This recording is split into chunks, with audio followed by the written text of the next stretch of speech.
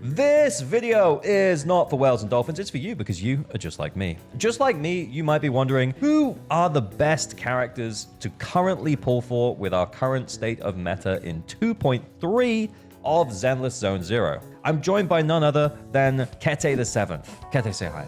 I love how you said like they're just like you, and I just pulled your M60R. Okay, actually, only the brave will win. That's me! Caesar right now just doesn't feel like she has a solid place in the meta, if we want to call it that. She's relatively low pull value. I think if you're a mobile player, you could make the case for pulling for her if you get hit a lot and you actually just want to clear stages. You're not really worried about how much damage you're doing. Caesar becomes an okay pull if you're someone who does need the shield, and granted there are people who do. Yeah, exactly. Yeah, I think this is fine. Yeah, agreed. Just to be clear, I've already applied for leave today. Haru as well, from like an electric attack perspective, he's kind of just been superseded. Ultimately though, his pull value is low because there are a lot better options. They will put Harumasa in the standard banner. I don't know if they will. They should.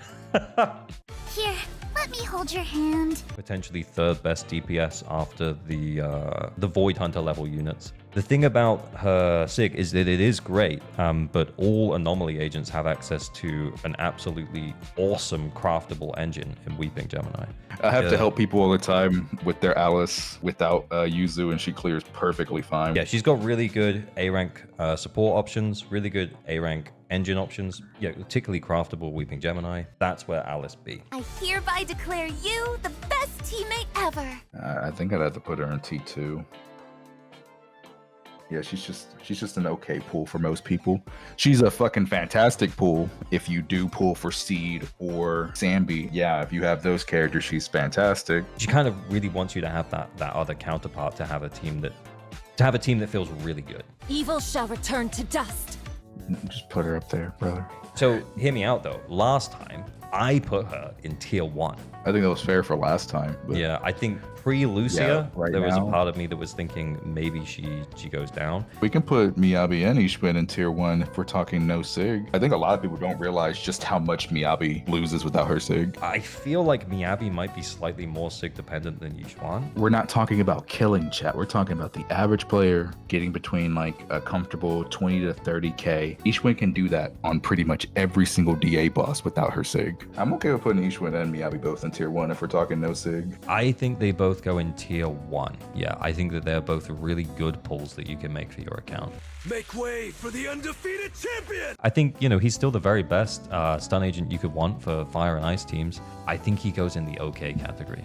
You wouldn't be upset with having him on your account, but you benefit more from him if you have the specific characters that he works really well with. I don't think people realize how good lighter SIG actually is. It's not just the 30 crit damage, it's the 25 extra combat impact too. It makes a big difference. Right, yeah, well, we're happy where he is. I'm so cute. It's hard to look away, right?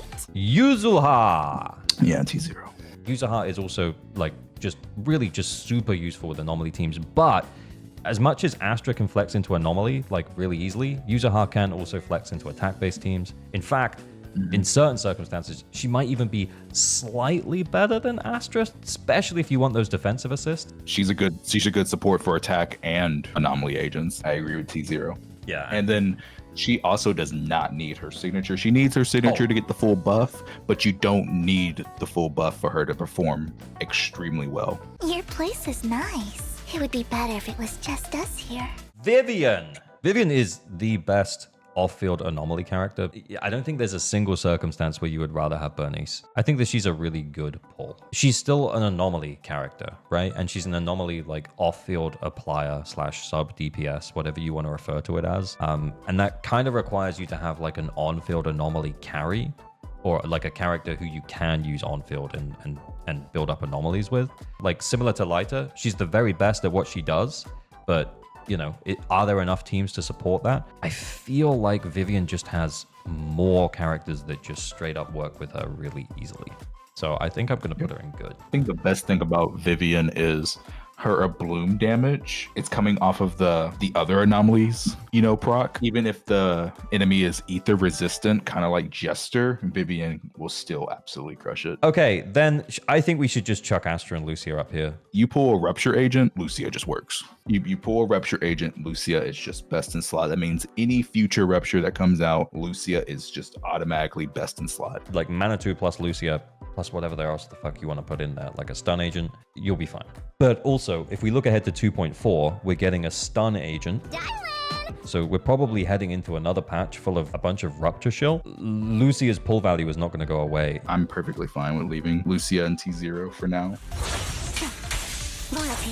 What do we think about Sanby? Put Seed up there too, talk about them both together. Because Do you think? in my opinion, they're the same. Sanby and Seed are pretty much equal to each other. I think that Seed probably works with lower investment teams better than Sanby. Yes, she does. Yeah. That is 100% true. So if we're talking about pull value, you don't have anything else. What are you going to pull to get a team off the ground and up and running sooner is probably going to be Seed. Seed does have But- the higher floor, yes. Her floor is higher. So that means in terms of like comfortable 20King, if you can put her with Billy Nicole and get a comfortable 20K, from a pull value perspective, does that make her higher than Sanby? Well, that is kind of what Seed's pool value is, right? Exactly, Like for yeah. most players, it's the fact that she can just work with any attack agent and give you good enough results. I just don't think they're tier 1. I think if I'm honest, there's a small part of me that kind of wants to put Seed above Sanby, if only to demonstrate that this is a pull value. There's gonna be so much hate on this video.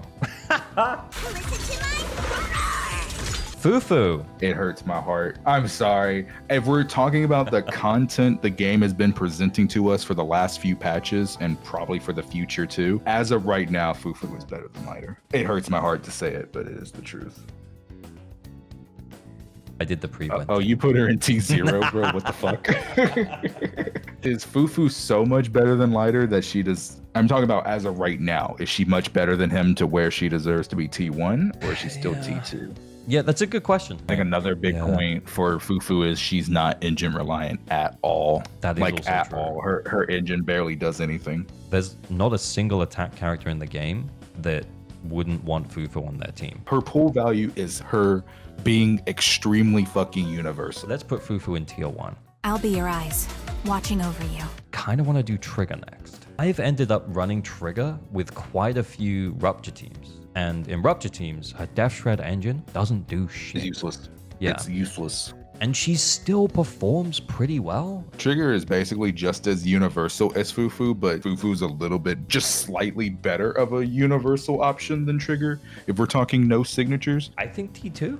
I think she's fine and okay.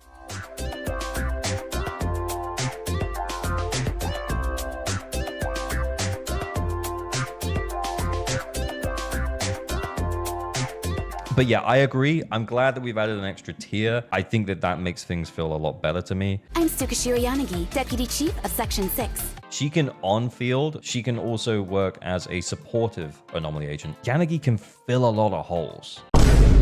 I think she belongs below Vivian. I can't talk too much about Yanagi. That's why I'm going to let you place. The only comment I will give for Yanagi about how much the anomaly threshold increases have really screwed over Yanagi. That's the only thing I'll comment on. I agree. I felt that.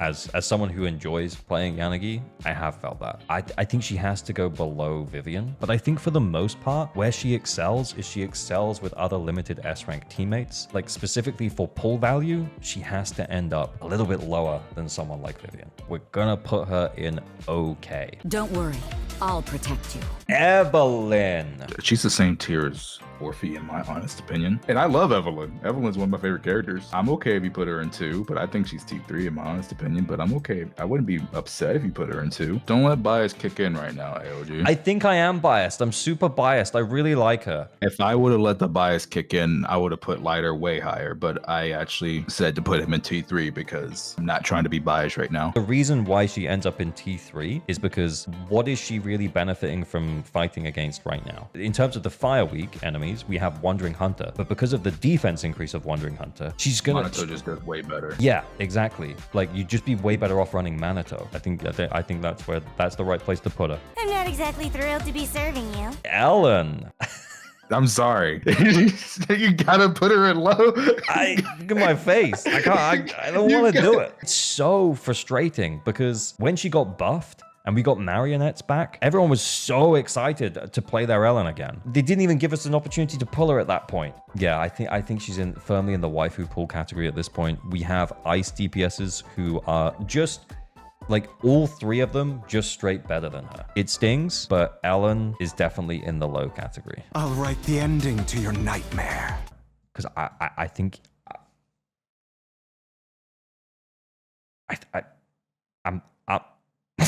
I do think he's at the top of this tier.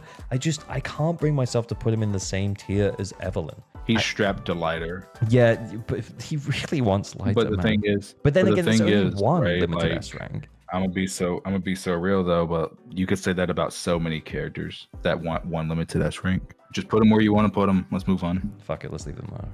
A little fire here, a little fire there.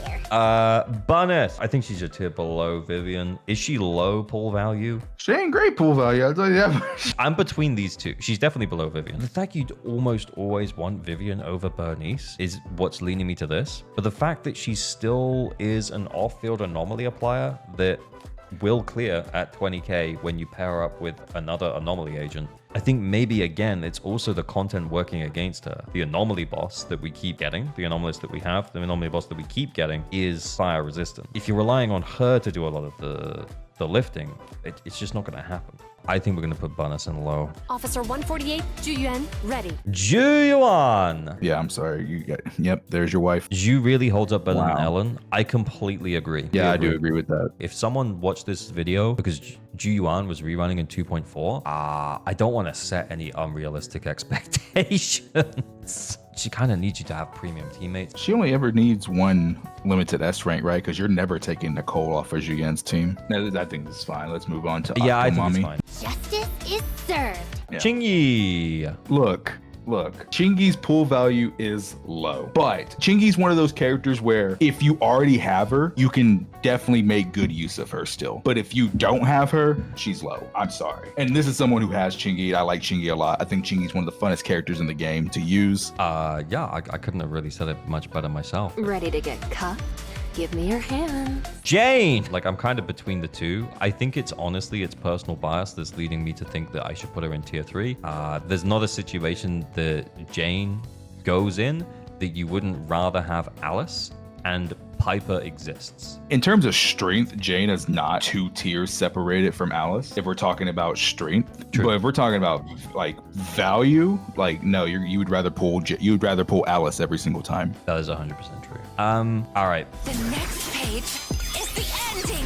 Yidhari. I really don't think that she can go above tier 2, but I'm leaning to 3, if I'm totally honest. She is good and bad at the same time for different reasons, right? Because of all the rupture shield, she actually does better than Miyabi by a pretty significant margin on Wandering Hunter right now. And like, that is not cope. That is just a absolute fact. Like, even some of the best Miyabi players are not scoring anywhere near as high as M0 Yidhari right now, but that's because of the rupture shield, right? Her pull value is pretty good right now, but I can see her pull value like tanking the moment rupture shield is gone. I think if you want to pull her, it's okay.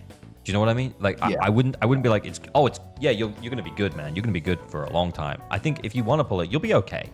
I think she goes in the okay list. I mean, also, does any of this really matter? What are we doing here? No, it doesn't. At the end of the day, you should be pulling the agents you like and just pull characters around the agents you like to make them work. We're just like That's the truth at the end of the 500 day. dudes on a call yapping about which of our imaginary waifus make number go up faster.